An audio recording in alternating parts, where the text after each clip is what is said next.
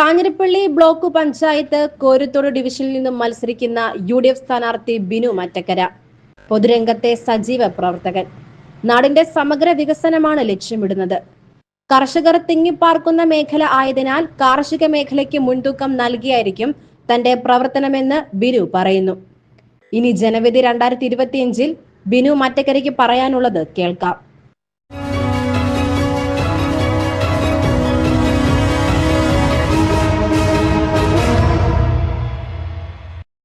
ഞാൻ ബിനു മറ്റക്കര, കാഞ്ഞിരപ്പള്ളി ബ്ലോക്ക് പഞ്ചായത്തിലെ കോരത്തോട് ഡിവിഷനിൽ നിന്ന് മത്സരിക്കുന്ന UDF സ്ഥാനാർത്ഥിയാണ്. കഴിഞ്ഞ 15-25 വർഷക്കാലമായി പൊതുരംഗത്ത് സജീവമായി നിൽക്കുന്നു. കേരള വിദ്യാർത്ഥി യൂണിയനിലൂടെ പൊതുപ്രവർത്തന ജീവിതം ആരംഭിച്ച് ഇന്നിപ്പോൾ പാർട്ടി ഏൽപ്പിച്ച വലിയൊരു ഉത്തരവാദിത്തമായ മുണ്ടക്കയം ബ്ലോക്ക് കോൺഗ്രസ് കമ്മിറ്റിയുടെ പ്രസിഡന്റായി ചുമതല വഹിച്ചുകൊണ്ടിരിക്കുകയാണ്. ഈ ത്രിതല പഞ്ചായത്ത് തെരഞ്ഞെടുപ്പിൽ ഐക്യജനാധിപത്യ മുന്നണിയുടെ സാരഥിയായി കോരത്തോട് ഡിവിഷനിൽ എന്നെ എത്തിച്ചപ്പോൾ മുതൽ ഈ നാട്ടിലെ വികസന പ്രവർത്തനങ്ങൾ എങ്ങനെ നടത്താമെന്നതിനെക്കുറിച്ച് ഒരു പഠനം കൂടെ നടത്തിക്കൊണ്ടാണ് മുന്നോട്ട് പോകുന്നത്. കാഞ്ഞിരപ്പള്ളി ബ്ലോക്ക് പഞ്ചായത്തിലെ ഏറ്റവും വലിയ ബ്ലോക്ക് പഞ്ചായത്ത് ഡിവിഷൻ കോരത്തോടാണെന്നാണ് ഞാൻ മനസ്സിലാക്കുന്നത്. പഴയ കോരത്തോട് ബ്ലോക്ക് പഞ്ചായത്ത് ഡിവിഷനല്ല ഇപ്പോൾ. പുതിയ അതിർത്തി നിർണയം വഴി എരുമേലി ഗ്രാമപഞ്ചായത്തിലെ 4 വാർഡും കോരത്തോട് ഗ്രാമപഞ്ചായത്തിലെ 6 വാർഡും ചേർന്നാണ് പുതിയ ബ്ലോക്ക് പഞ്ചായത്ത് ഡിവിഷൻ.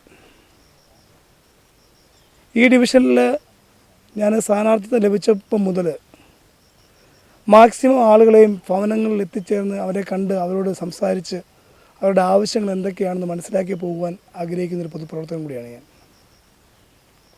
ഞാൻ ഈ മേഖലയിൽ കടന്നു വന്നപ്പോൾ എനിക്ക് മനസ്സിലായി ഏറ്റവും അധികം വനനിബിഡമായൊരു പ്രദേശമാണ്. ഈ പ്രദേശങ്ങളിലെ ഏറ്റവും വലിയ പ്രശ്നം തന്നെ അതാണ്. വന്യജീവി ആക്രമണങ്ങൾ, കാർഷിക മേഖലകളിൽ തിങ്ങിപ്പാർക്കുന്ന ജനങ്ങളാണ് അവിടെ താമസിക്കുന്നത്. അവരുടെ കൃഷി സ്ഥലങ്ങളെല്ലാം നമുക്കറിയാം. നമ്മളിപ്പോൾ ഈ വന്നിരിക്കുന്ന പ്രദേശങ്ങളിലൊക്കെ ഒത്തിരി സ്ഥലങ്ങൾ തരിശു ഭൂമിയായി കിടക്കുകയാണ്. അപ്പോൾ നമ്മളുടെ ഈ പ്രദേശത്തെ വികസന പ്രവർത്തനങ്ങളെല്ലാം കാർഷിക മേഖലയെ മുൻനിർത്തിക്കൊണ്ടുള്ള വികസന പ്രവർത്തനങ്ങളെ മുന്നോട്ട് പോകാനാണ് ഞാൻ ആഗ്രഹിക്കുന്നത്. അതോടൊപ്പം തന്നെ നമ്മൾ ഈ വിവിധ സ്ഥലങ്ങളിലെ വീടുകൾ കയറുമ്പോൾ നിരവധി ക്ഷീര കർഷകരെ നേരിൽ കാണുവാൻ സാധിച്ചു. ക്ഷീര കർഷകർ നേരിടുന്ന വലിയ പ്രതിസന്ധിയുണ്ട്. അവരെ എങ്ങനെയൊക്കെ സഹായിക്കാമെന്നുള്ള കാര്യത്തിലും നമ്മൾ ഒരു ജനപ്രതിനിധി ആയാൽ അതിനുവേണ്ടിയുള്ള ശ്രമം തീർച്ചയായും നടത്തും.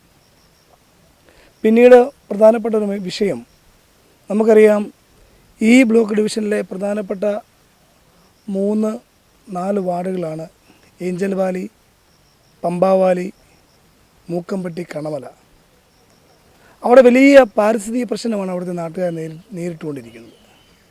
എന്താണെന്ന് വെച്ചാൽ 2011 LDF ഗവൺമെൻറ് അവസാന കാലത്ത് ആ പ്രദേശത്തെ മുഴുവൻ പെരിയാർ ടൈഗർ റിസർവിൻ്റെ ഭാഗമാക്കി മാറ്റി.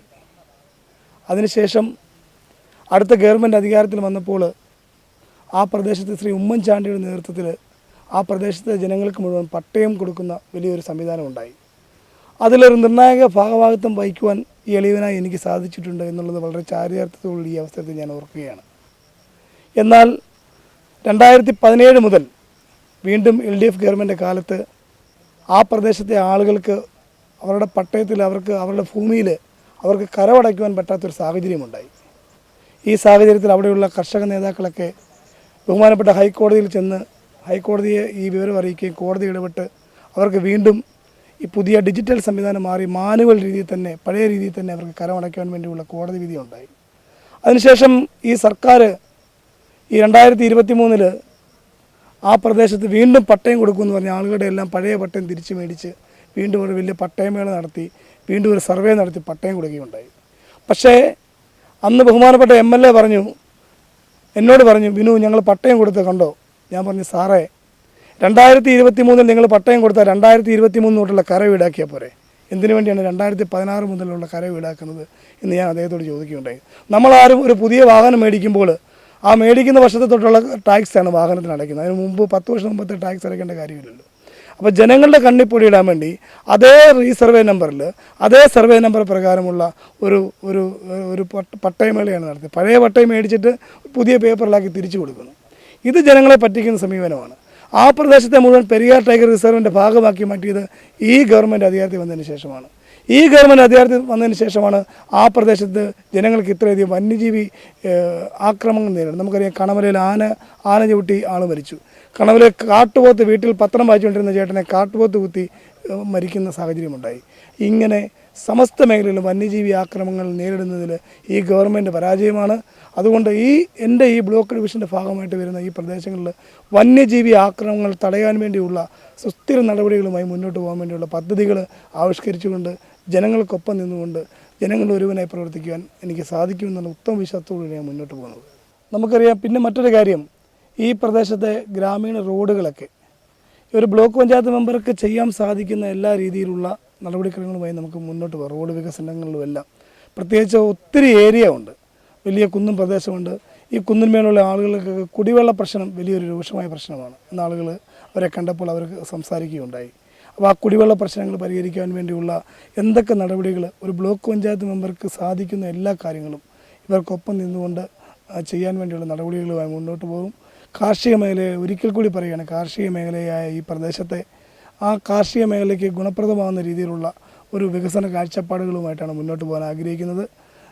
അതുകൊണ്ട് എളിയവനായി എനിക്ക് ഐക്യജനാധിപത്യ മുന്നണി സ്ഥാനാർത്ഥിയായി മത്സരിക്കുന്ന എനിക്ക് ഈ ഡിവിഷനിൽ നിന്നും കൈ അടയാളത്തിൽ നിങ്ങളുടെ എല്ലാവരുടെയും വോട്ടുകൾ രേഖപ്പെടുത്തി വിജയിപ്പിക്കണമെന്ന് വളരെ താഴ്മയോടുകൂടി അപേക്ഷിക്കുകയാണ്.